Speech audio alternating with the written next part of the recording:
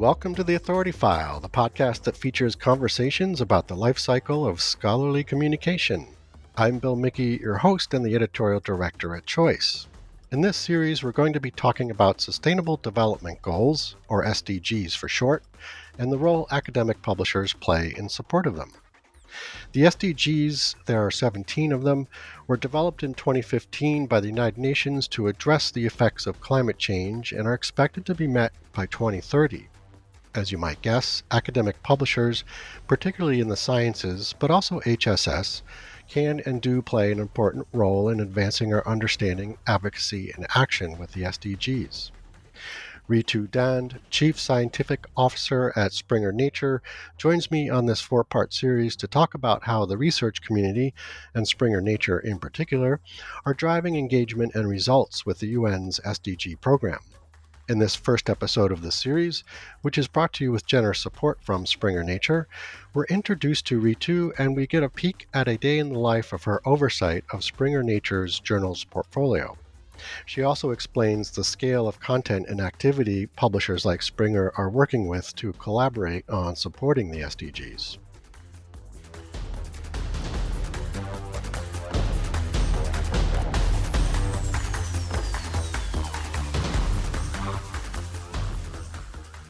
Okay, Ritu, welcome to the program.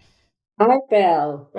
My pleasure to be here. Excellent. So why don't we start with just a little, if you don't mind, just talk about your role at Springer Nature. What does a day in the life look like for you? Right. So Springer Nature publishes over 3,000 journals, and we run those journals with the support of over 100,000 academics.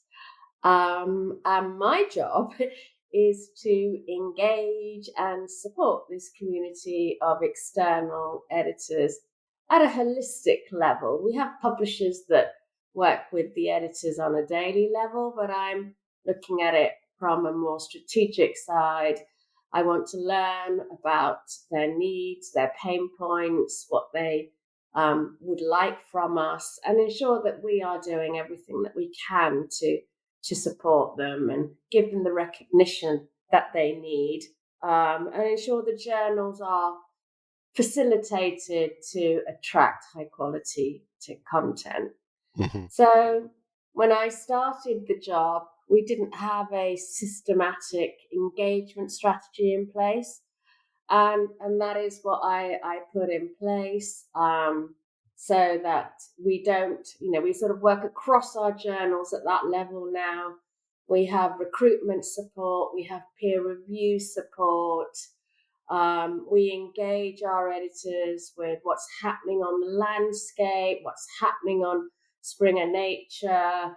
We offer them webinars, which might be helpful to them in their research life and career. We reward them for their efforts. This is both financially and non-financially.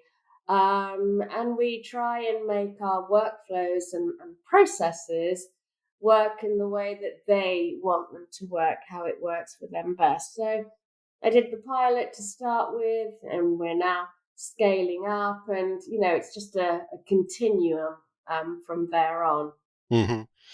What does that look like in practice? I mean, how are you able to, with that kind of size of a community of editors, how are you able to engage? Do you engage them sort of in these sort of big meetings or Oh, well, we do everything, Bill. So yeah.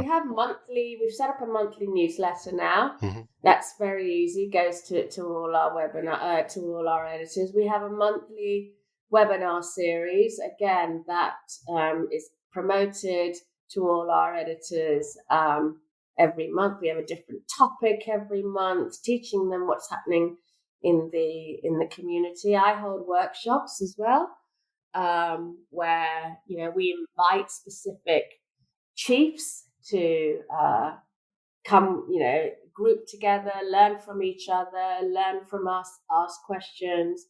We hold workshops, which are virtual but live with our editors to train them, to have more of a one-on-one person. We have e-learning, which is available on demand. So it's a lot of activity in various ways. But Excellent. again, the publishers will be working with their editors on a daily basis. Right, right. Okay, perfect. So can you briefly just refresh our listeners on how the SDGs originated and on the subsequent SDG Publishers Compact? Right. So the SDGs are a collection of 17 global goals. They are all interlinked, and they were created because it was thought that they were vital to achieve a better and more sustainable future for us all. The United Nations actually created them. And, to use their words, they are goals to help us protect the planet and improve the lives and prospects of everyone, everywhere. And the agenda has been set to be complete by 2030. 193 countries signed up to the goals in 2015. And, the goals cover everything from reducing climate change and poverty, improving education, our health, as well as economic growth. And within each goal, there is detailed guidance provided. And the crises that the world is facing today, both the developed world and the developing world, can only be addressed if we all are on the same page and we work as one global community. Mm-hmm. And so then how did the Publishers Compact come about? So that was again an initiative initiated by the UN, where they recognized the importance of publishers in advancing the goals, primarily because new research is needed to help us achieve these goals. Mm-hmm. And so they created the SDG Publishers Compact in association with the International Publishers Association. And we're very proud to have signed up. And the UN is keen for us to be playing an active role in this. And they've put forward an agenda for what they're expecting from their signatories. They want us to develop sustainable practices and act as champions of the SDGs. They want us to publish books and journals that will inform, develop, and inspire action. Mm-hmm. They want publishers to actively commit to promoting both internally and externally. And they even specify having dedicated budgets and resources to acquire content. And to show, that we're actually doing what we say, they want us to report annually and share data. So it's a real, an initiative with teeth, Mm-hmm. and to make change happen. And finally, because if you're part of the Publishers Compact, you're going to be working with the Publishers Association as well. They want us to collaborate with other organizations and other publishers to develop and scale our efforts as well. So it's a full-on initiative. Yeah. No, it's exciting that they kind of came up with such a impactful call to action. Can you, and speaking of scale, can you give us and Springer Nature has really gone all in on this. So I'm wondering if you can give us a sense of scale Springer is working with in terms of the stakeholders involved. I mean, who have you had to pull together broadly, to effectively collaborate on these kinds of initiatives? Well, this is something that we take very, very seriously. It's our key business priority.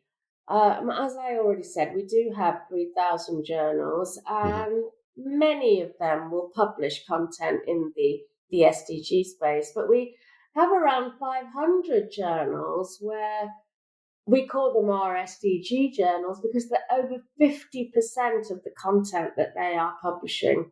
is in the SDG space.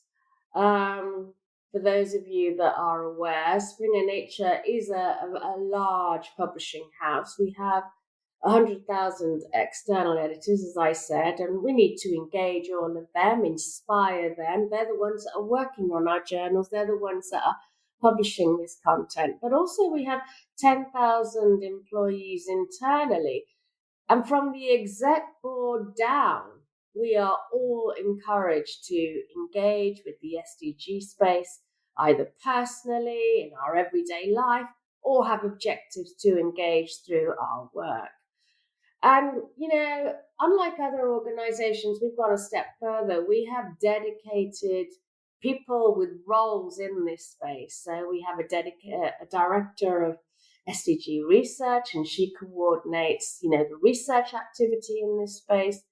We have a director of sustainability and a climate action officer who ensures our business is run in a sustainable fashion. We have a heads of comms in sustainability to coordinate our formal reporting, and she works with the data and analytics teams and is also responsible for coordinating all our sort of media activity, blogs, social media in this Hmm. space, and all the promotion that we're doing. All of our major departments have dedicated resources to support the SDGs. So that includes the marketing department, who promote the content, put out calls for papers, platform and web, make sure that SDG content is more visible in searches, discoverable. We have commercial colleagues who are supporting us to create revenue such that we can pump back into the SDG space. So it's a full-on enterprise for us internally, in order to ensure that we achieve the goals that we are striving to achieve. So is it fair to say then that, like, just sort of strategically and editorially, you've just sort of reoriented Springer Nature around the SDGs, or is it more of the SDG kind of production work is a component of broader publishing activities within Springer Nature?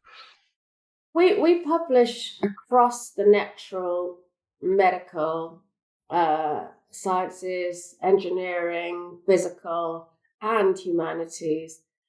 And there is no way all the Hmm. content that we publish is going to be in the SDG space. Right. We publish for over 400,000 articles a year, um, and huge number of books as well.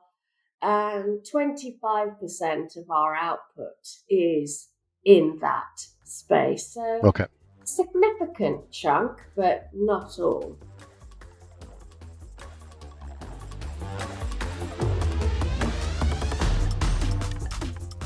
You just heard from Ritu Dhand, Chief Scientific Officer at Springer Nature.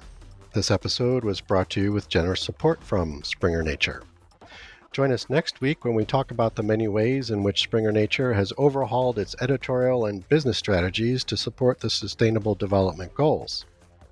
As always, underwriting opportunities for the Authority File podcast are directed by Choice's advertising director, Pam Marino, and all of our episodes are produced and edited by Choice's digital media producer, Sabrina Kofer, with support from digital media assistant Ashley Roy.